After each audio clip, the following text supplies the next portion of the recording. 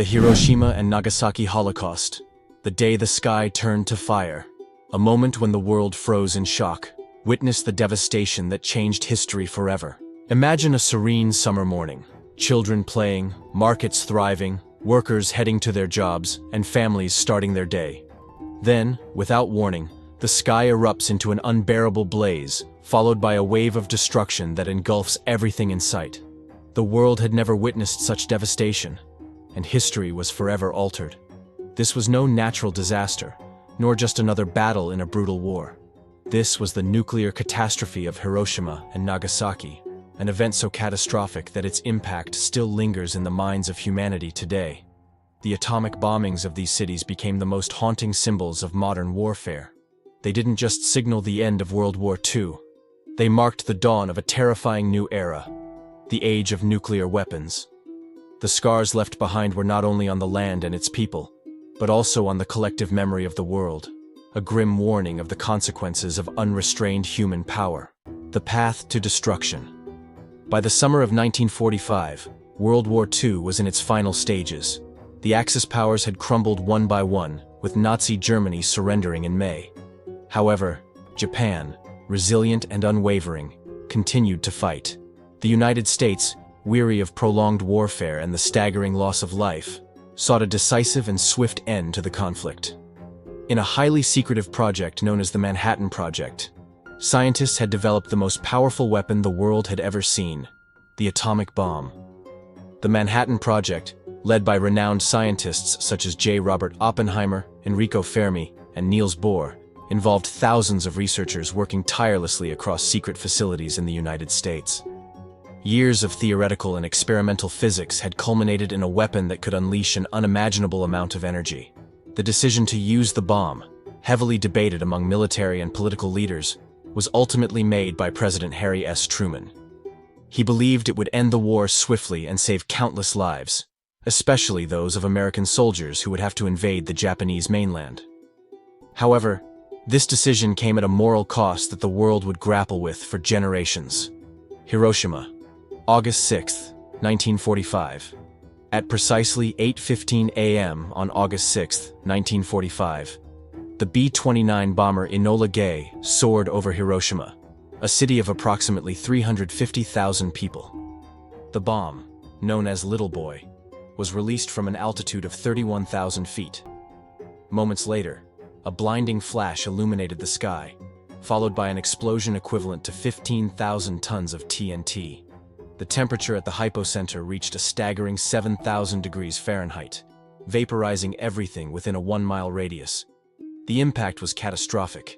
Buildings crumbled, bodies disintegrated, and a firestorm engulfed the city. An estimated 80,000 people perished instantly, while tens of thousands suffered horrifying burns and radiation poisoning. Survivors, known as Hibakusha, wandered the ruins, skin peeling, eyes scorched, and voices hoarse from screaming. Hiroshima had become a graveyard in an instant. The blast's effects spread far beyond immediate physical destruction. The infrastructure of the city was obliterated. Roads became impassable, hospitals and schools lay in ruins, and the once bustling streets were now desolate, filled with the charred remains of homes and buildings. Water sources were contaminated, and the survivors, with limited resources, had to navigate the city as it was being consumed by fires that raged uncontrollably.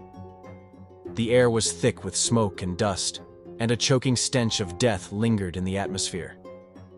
Many who initially survived the blast later succumbed to radiation sickness, a mysterious and lethal condition that caused hair loss, vomiting, internal bleeding, and in many cases, a slow and agonizing death. The lingering effects of radiation would continue to claim lives for years, even decades, after the bombs fell. Nagasaki, August 9, 1945. Just 3 days later, another B-29 bomber, Boxcar, carried a second atomic bomb, Fat Man, originally intended for Kokura.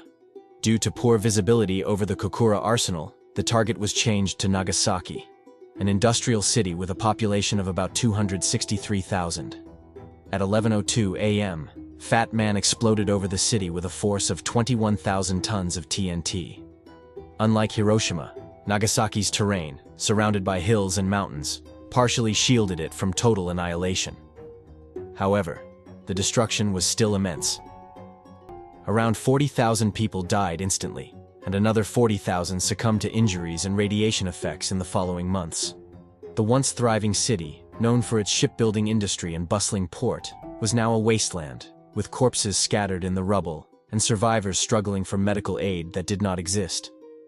Eyewitnesses reported grotesque scenes of destruction. People with flesh hanging from their bodies, entire families burnt beyond recognition, and children wandering aimlessly, searching for parents who no longer existed. The devastation reached the Urakami Cathedral, one of the largest Christian churches in Asia, reducing it to ruins. Nagasaki, once a city of hope and industry, was now reduced to a shadow of its former self, its survivors left with the trauma of unimaginable horror. The aftermath, a world in shock. The twin bombings forced Japan's surrender on August 15, 1945, marking the official end of World War II. But victory came at an unfathomable price. Thousands of survivors battled radiation sickness, cancers, and lifelong disfigurement. Generations later, children of the Hibakusha suffered genetic mutations and health complications, a silent legacy passed down through the generations.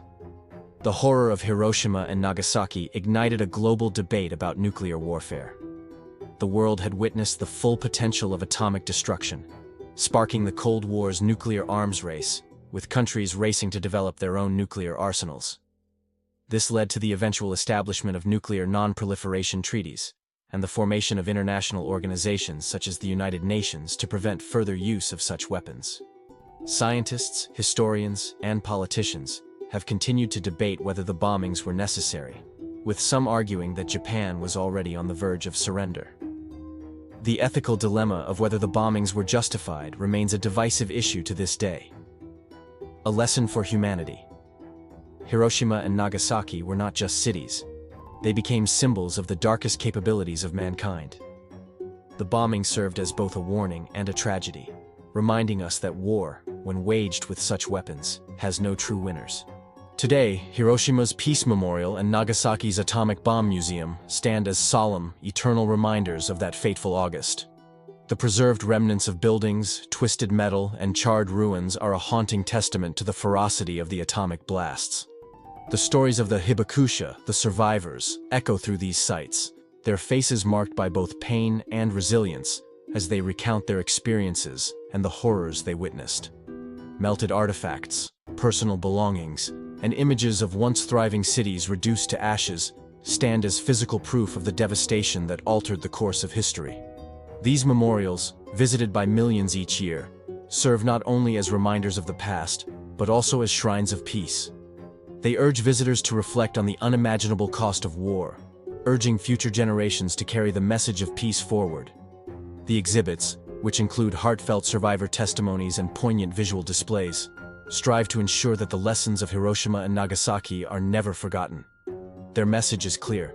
We must learn from this dark chapter in history and prevent the horrors of nuclear warfare from ever repeating. The question remains, however, as pressing as ever. Will humanity heed the lessons of its past, or are we doomed to repeat the devastating mistakes of history? As the shadow of nuclear weapons continues to loom over the modern world, the responsibility lies with each generation to ensure that peace prevails, and the horrors of atomic warfare remain a lesson learned, not a nightmare relived.